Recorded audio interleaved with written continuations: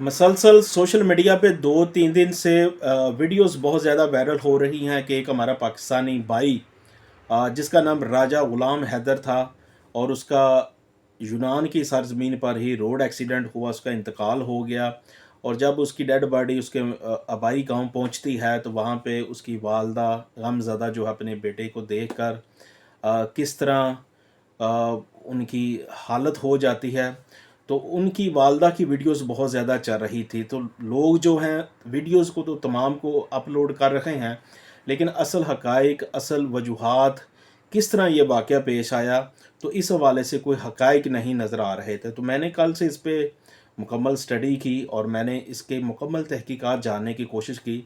आया कि हमारे तारकीन वतन को इस वाक़ये की असल हकाइक का पता चले कि ये वाक़या कब पेश आया और किस तरह ये वाक़या पेश आया। तो नाज़रीन, आपको बताते चलें, सबसे पहले तो ग़ुलाम ये जो हैदर है, इसको तकरीबन यूनान में 5 साल 3 महीने हो चुके थे, कागज़ अभी इसके पास लीगल नहीं थे।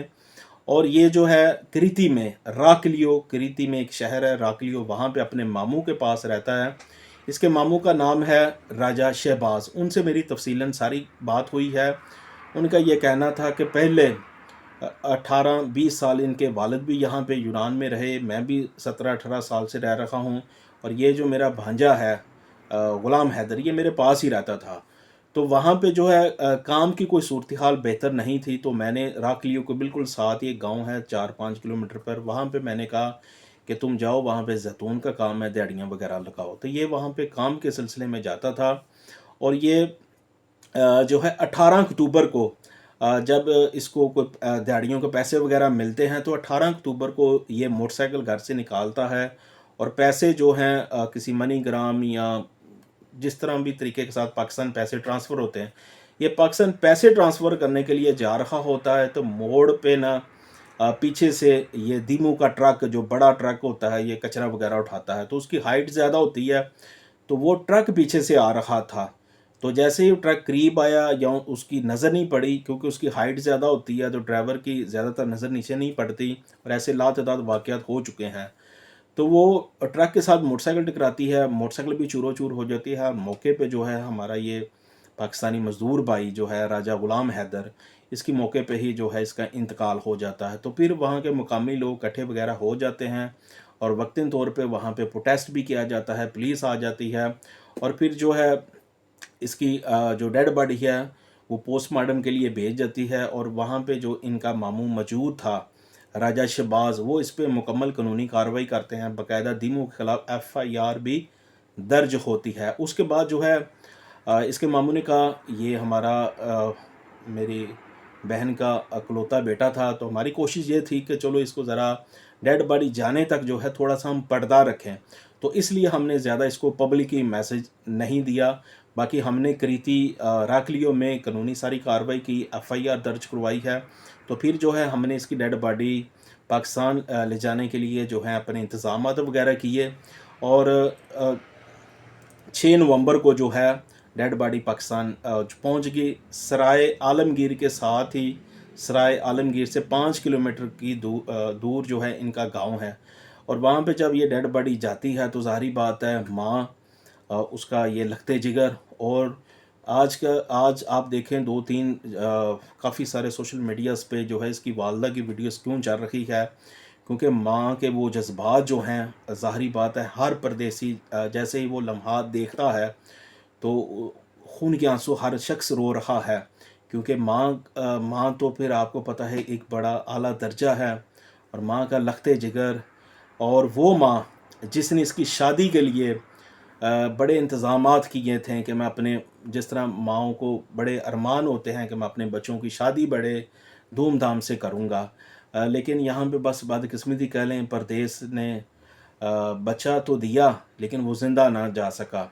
तो माँ ने वही अपने जो अरमान थे वो एक डेड बॉडी के साथ फिर उसके ऊपर कुल्ला वगैरह रखा, जो भी रसूमात होती हैं शादी की वो तो अदा की, लेकिन बच्चे के जिस्म में जान नहीं थी। तो मुसलसल अभी तक जो मैंने उनसे राब्ता किया है राजा शहबाज साहब से, उन्होंने कहा है कि राजा ग़ुलाम हैदर की जो वालदा है, जो मेरी बहन है, وہ کومے میں چلے گئی ہے، کیونکہ یہ صدمہ وہ بہت گہرا تھا، وہ برداشت نہ کر سکی، اور مسلسل 2-3 دن سے اس کی حالت بھی بہت سیریس تھی۔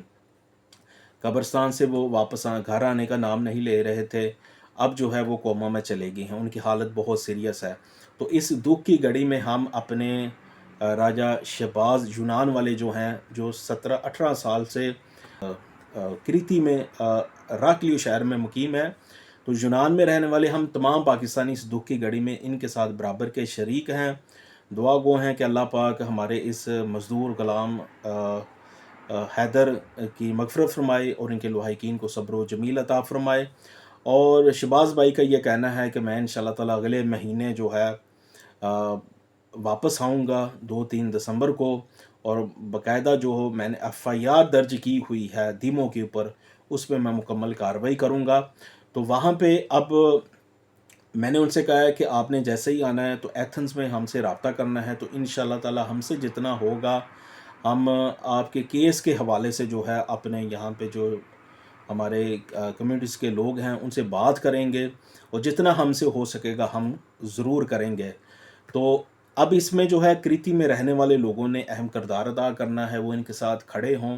چلیں، جانے والے کو تو ہم واپس نہیں لے کے آ سکتے، ہاں یہ ضرور ہے کہ جتنا ان سے ہو سکے وہ آواز بلند کریں، راجہ شہباز کے ساتھ کھڑے ہوں، تاکہ بھرپور طریقے کے ساتھ وہ کیس لڑ سکیں۔